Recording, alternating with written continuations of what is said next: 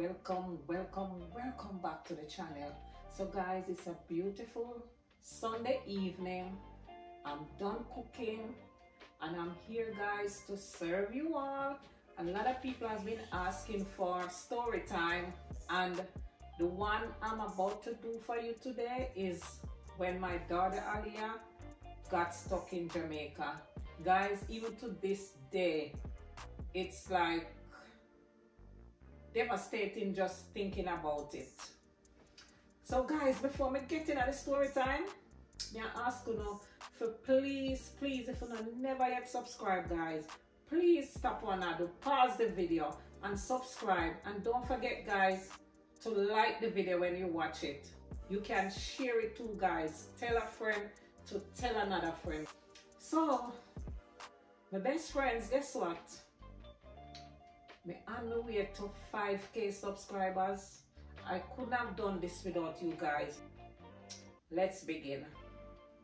Anyway, in one of my previous videos, if you all go back, you will see where I told you guys that I had to run away here to get away from my two oldest kids' dad. Because guys, he was very abusive. He was an alcoholic. He was everything, guys. So I had to definitely run away here with my two oldest kids, because those are the two that were born back in Jamaica.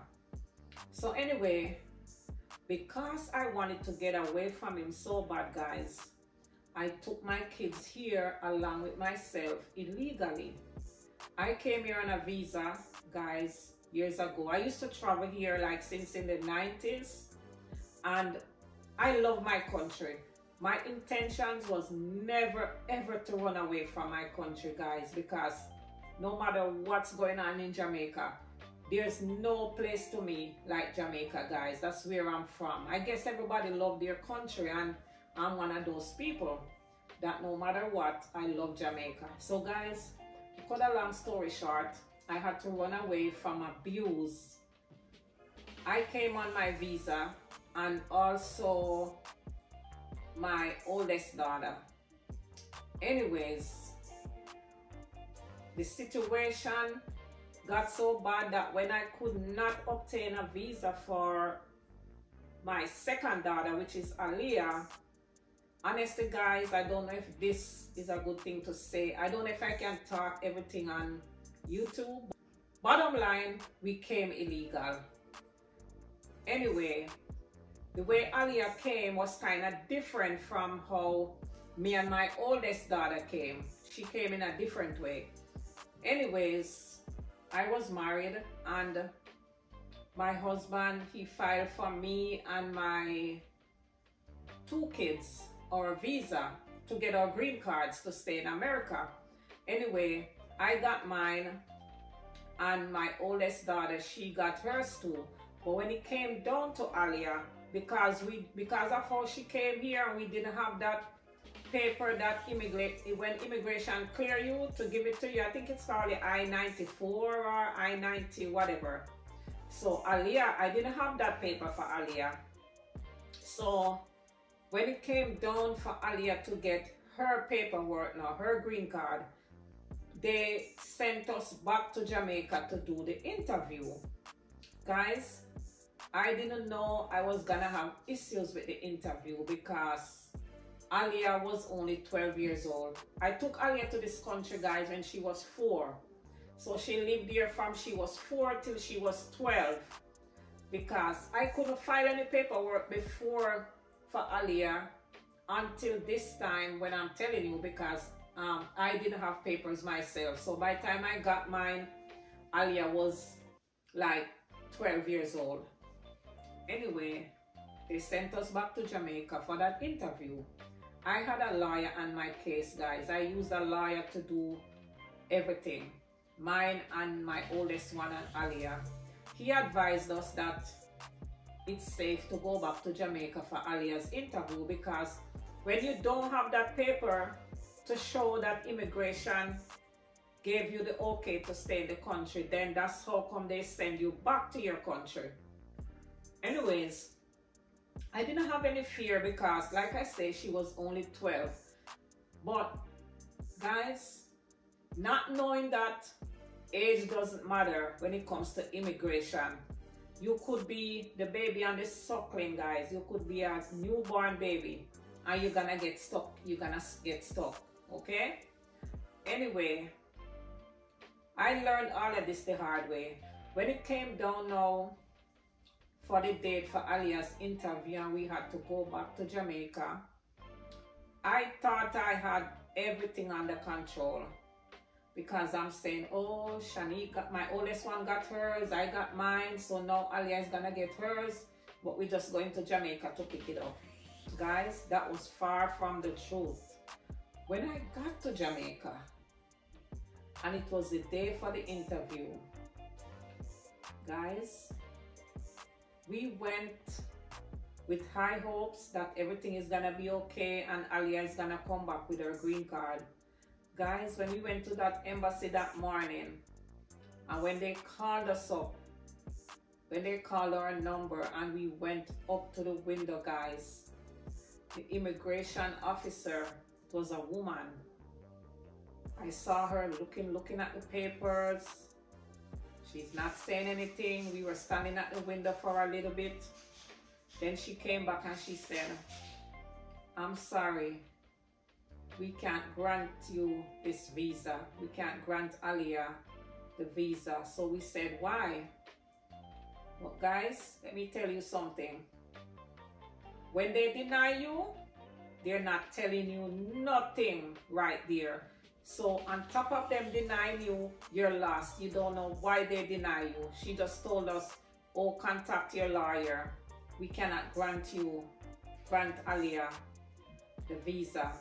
So I started, me and Alia, we stood at the window. Alia started crying.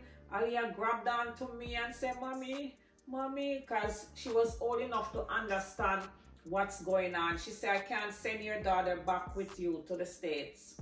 So I said, but I don't have anybody here to keep her.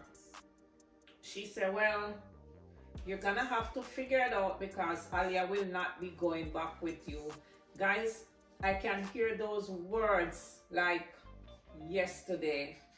And guys, imagine, remember I told you guys that the reason I ran away here was because of her dad.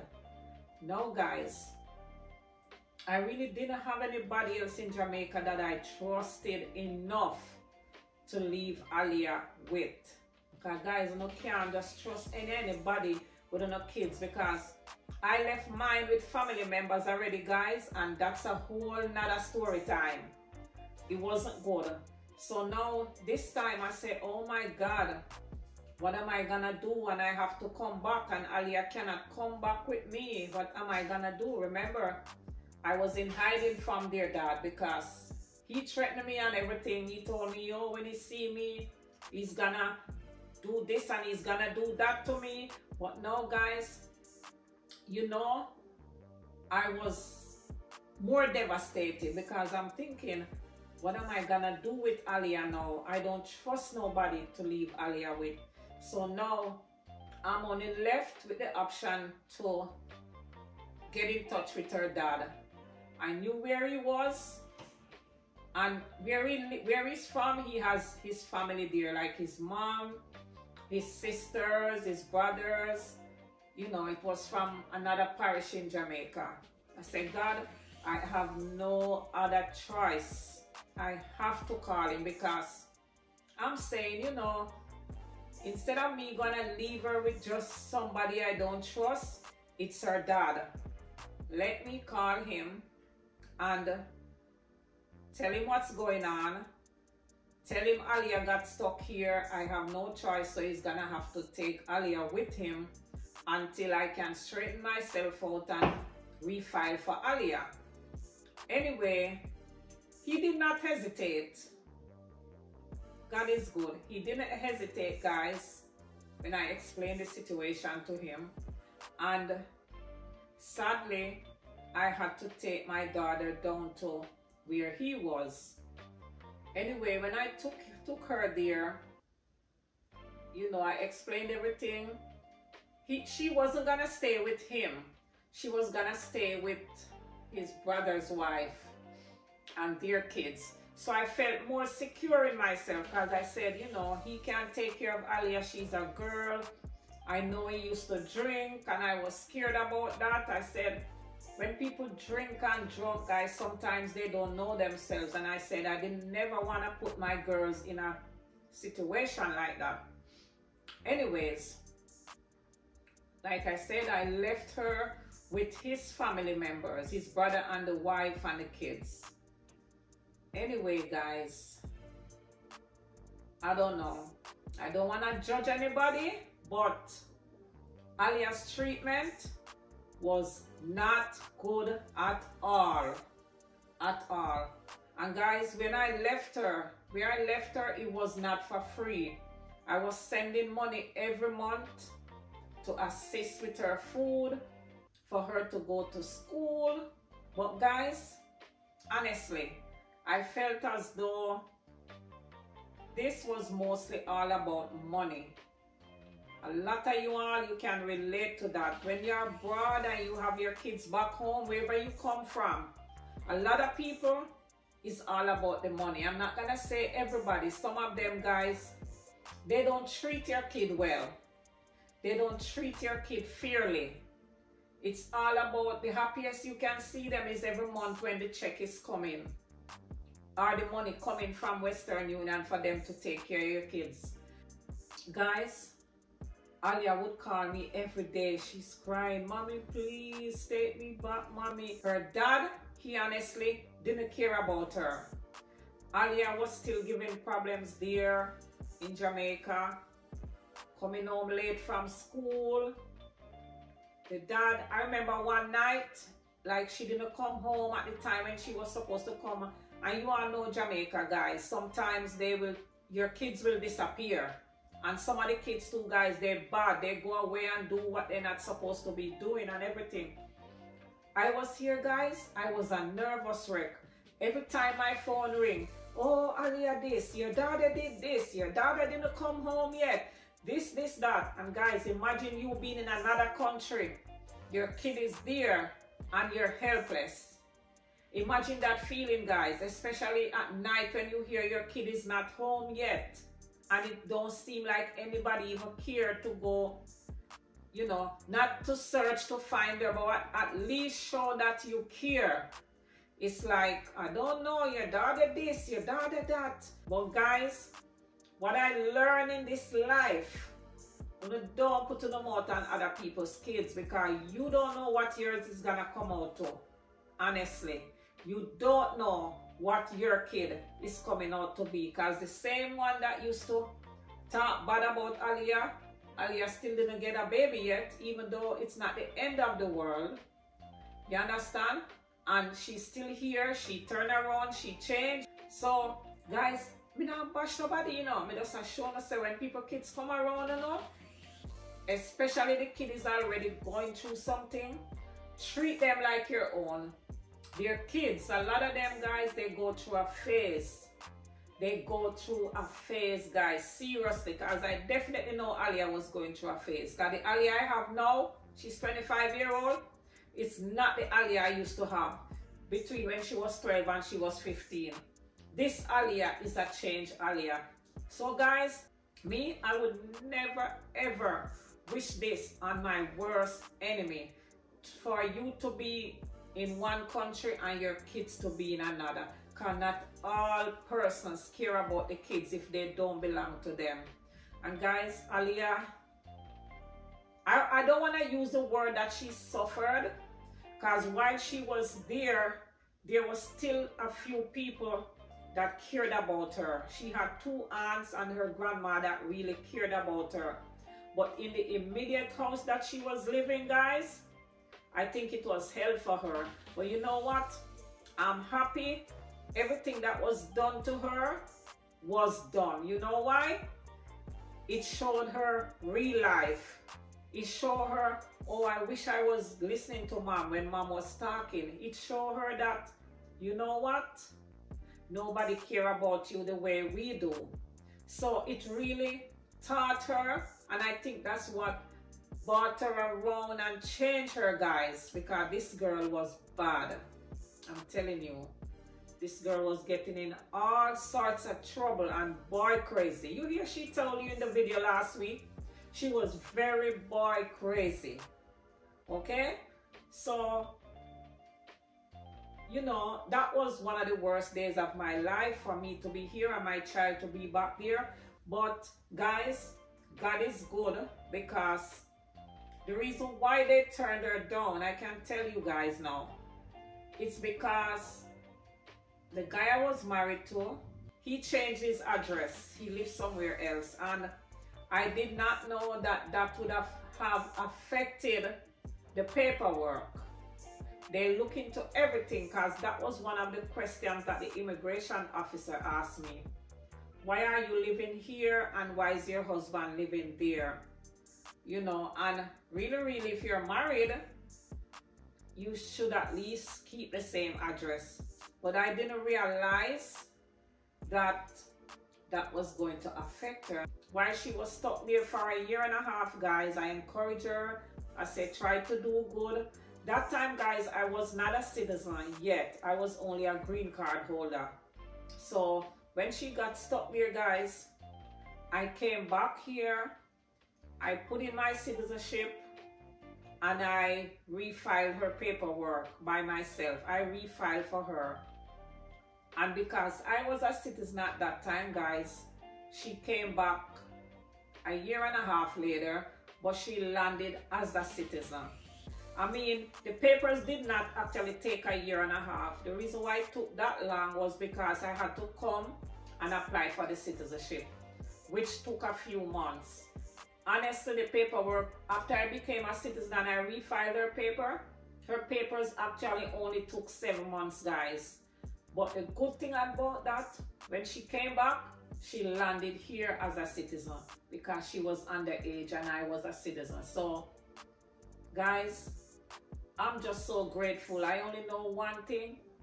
I would never want to go through something like that again, because, guys, I think that's where I started having a lot of anxiety, because I'm here and every time the phone rings, it's something about Ali. I'm saying, oh my God, what did Alia do this time? That's all I always say. So when I would talk to her and everything is okay, I was like a broken record. And guys, I was staying here and making sure she was comfortable, sending her nice clothes, sending her money so she can have pocket money, trying to do the best for her, guys. And you know what? All I can tell you, God spared her life. When we got everything on time for the interview, guys, I went down to Jamaica for her with her interview, and guys, they couldn't do nothing to us this time, these immigrations. I went and it was smooth sailing, because I'm her mom. They have nothing to say now. Everything is right, the right paperwork, the right address and everything. And guys, we got it. She got to come back in this country, and you know, guys, it was like heaven. It was like, you know, God was just on our side for all those suffering we went through, both me and her siblings and herself, guys. It was worth it. When she landed here, it was like, I say, you know what? I want to put Alia back in a Catholic school. So we went to a Catholic high school now, and because I said, I know this little girl, she's not a leader, she's a follower, and I'm still trying to lead her in the right path, guys. So I say, you know what? I prefer to pay every dime I have to send her to the Catholic school so she can be successful. And guys, that's what I did. And my daughter is 25 years old today. Very smart girl. Very intelligent.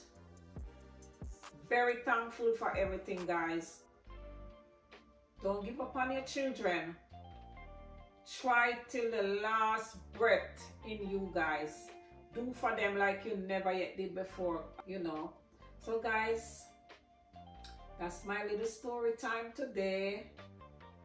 The next one I'm gonna talk about is my immigration time here. The hell we went through in this country, guys, before we got a green card. We went to hell and back. Well, guys, it was worth it. The reason why I had such a hard time with my immigration process is because I had my 2 kids here with me.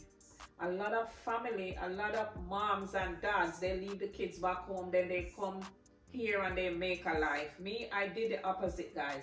I took my kids along with me because I wasn't gonna run away to another country and leave my kids there to suffer. And if anything, I can't go back and everything. Because guys, the worst thing is to have your kids in another country. You come here, you're not straight, something happened, you cannot go back. It's like you're stuck. So guys, if you can help it, don't try to make that mistake. But guys, we have come to the end of the video.